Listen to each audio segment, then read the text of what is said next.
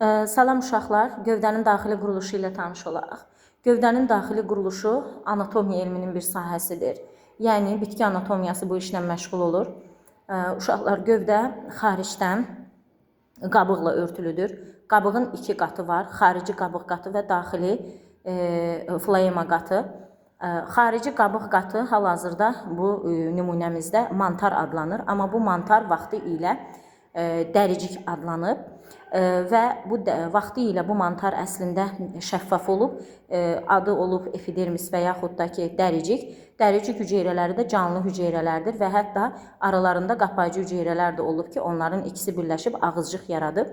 Bu məlumatı niyə deyirəm? Yəni bilin ki, əgər bir zoğ bizim gözümüzə cavan, yaşıl rəngdə görünürsə, cavan zoğdursa, onun xarici qabıq qatı dəricikdir və dəricikdə qazlar mübadiləsi ağızcıqlar vasitəsilə gedir. Zaman keçdikcə isə dəricik hüceyrələri mantarlaşır və qəhvəyiləşir, bozlaşır və ölü hüceyrələrə çevrilir və əgər mantarlaşma gedibsə, mantarın üstündə qazlar mübadiləsi uşaqlar mərciməklər vasitəsilə gedəcək. İstər bu dəricik olsun, əgər cavan zoğ olanda dəricik olub, istər hal-hazırdakı kimi mantar olsun, hər ikisi də örtük toxuması qrupuna aiddir. Dəricik hüceyrələri canlı hüceyrələrdir, mantar hüceyrələri isə cansız hüceyrələrdir. Uşaqlar, baxın, Robert Hooke əslində hüceyrəni kəşf edəndə ağacın, baxın, bu mantar kəsiyinin hüceyrələrinə baxıb və ilk dəfə hüceyrə sitoz terminini elmə gətirib. Qabığın xarici qatı mantar adlandı və daxili qatı isə floema qatı adlanır.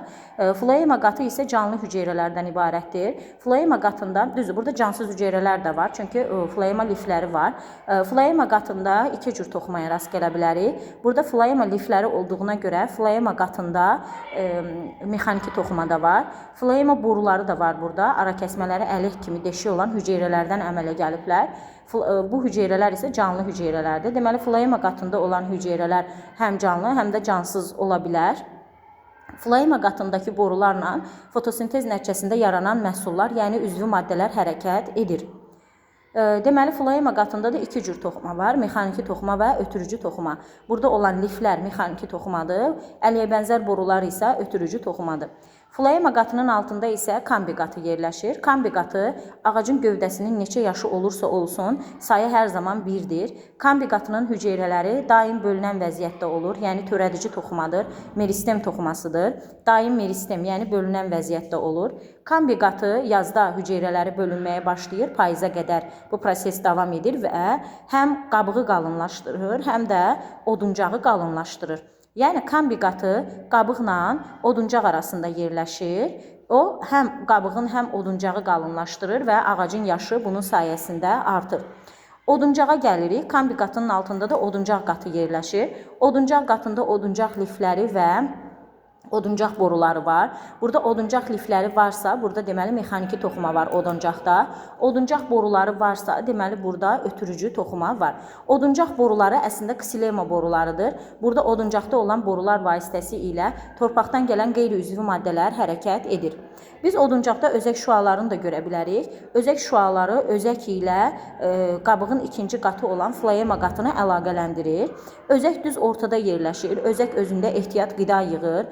Deməli, o, əsas toxuma qrupunun ehtiyat toplayıcı növünə aiddir. Və sual olar ki, bəs hardan gəlir özəyə ehtiyat qida maddələri? Qabığın ikinci qatı olan floema qatındakı əliyə bənzər borularda olan qida maddələri özək şüaları ilə hərəkət eləyir, dolur özəyin içərisinə.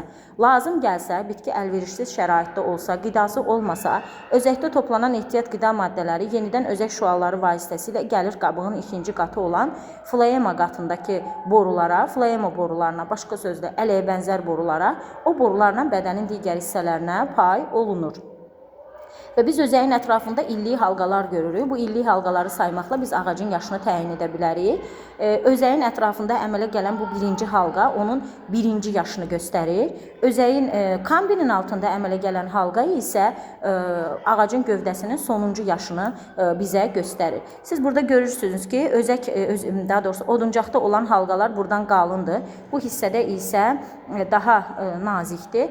Bu da bizə cəhətləri tapmağa kömək eləyir. deyir və bu da baxır bizə sual necə qoyulur. Məsələn, qəbula düşmüş suallardan birində deyilirdi ki, Avstraliyada olan bir bitkinin gövdəsinin quruluşudur. Onun şəkli verilmişdi və biz bilirik ki, Avstraliya deməli şimal tərəfdən ekvatora daha yaxın düşür, cənub tərəfdən isə Antarktidaya, yəni soyuq yerlərə yaxın düşür. Ona görə də həmin nümunədə həmin ağacın gövdəsi Avstraliyadakı bir ağacın gövdəsi olduğuna görə illik halqaların daha nazik olduğu yer bizə cənub istiqamətini göstərmiş, illik halqaların daha qalın olduğu yer isə bizə şimal istiqamətini göstərmiş. Çünki Avstraliya şimaldan ekvatora yaxın olduğuna görə orada şəraiti daha yaxşı olub ki, illik halqalar daha böyük olub. Cənub olan tərəf isə Antarktidaya yaxın olduğu üçün soyuq olan tərəf olub ki, həmin tərəfdə illik halqalar daha nazik olub.